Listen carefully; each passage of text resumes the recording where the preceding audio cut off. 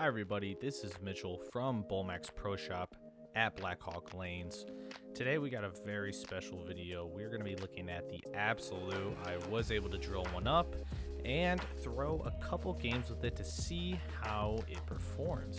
The Absolute does include the brand new Sentinel core with the R2S Deep Hybrid cover stock.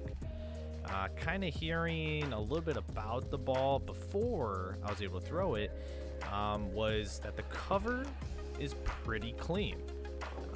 So I drilled it 60 by 4.5 by 60. This puts the pin right in my ring finger, and it gives me a very controllable and predictable layout. Plus, I needed something like this in my bag, a bigger asymmetric ball with a cleaner cover, however, with a more controllable layout. And we are bowling on a typical house shot. Now, just an FYI, the house that I bowl at does not have a whole ton of friction. Also, I am notorious for having some of the worst sliding problems in my house, so just bear with me. For this review, I don't have the greatest slide on some of my shots. However, I still put in the effort and try to make some pretty good shots for the video. So I did bowl 2 games. The first game is just the ball out of box, and then the second game I hit it with a light 2000 with a little bit of that purple stuff on the Abralon pad, since I did do it by hand, just to touch up the cover a little bit, just to see if I could see any difference or if the ball could perform a little bit better or worse. So we'll kind of speak on that when game 2 comes, but this is live commentary, so we are looking at the footage right now, and I am talking about it in real time. So this is still currently game 1, and I'm standing roughly around 15 or 16 with my feet, kind of looking at about 8 down at the arrows.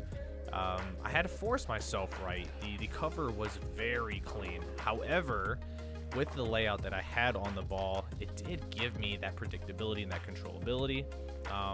However, sometimes here at Blackhawk, sometimes I do experience a little bit of over-under, so I figured, hey, I'll lay out this ball this way, see if I can kind of combat that, get myself right, and just kind of play a straighter angle. So game 2, hit it with a light 2000, and it performs a lot better. You can see I kind of get caught up on that one a little bit, leaves a 10 pin. I did leave that a few times, but you know, I deserve, we all deserve some 10 pins once in a while, guys. We can't strike all the time. But regardless, I really liked how this ball performed.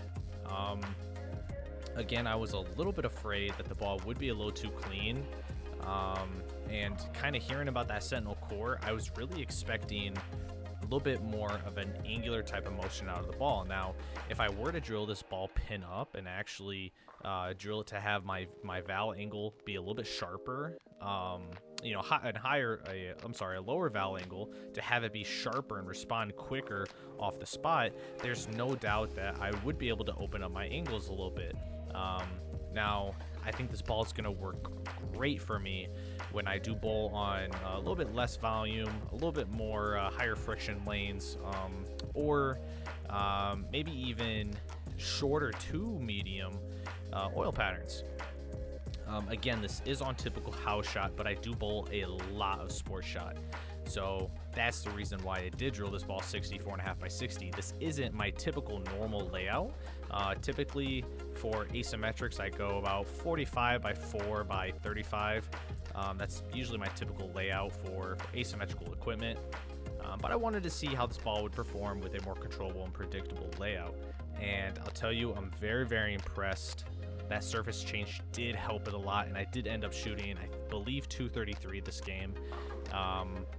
I moved about 2 left, about mid-game, softened up my speed a little bit, and kind of got a little bit more around it. Now that shot there that you just saw, I moved about 10 boards left just to see if I could get away with throwing a pretty wide shot, and it did, it did respond pretty well. So hope you guys enjoyed the video. Any questions, leave them down in the comments below. Take care, everybody.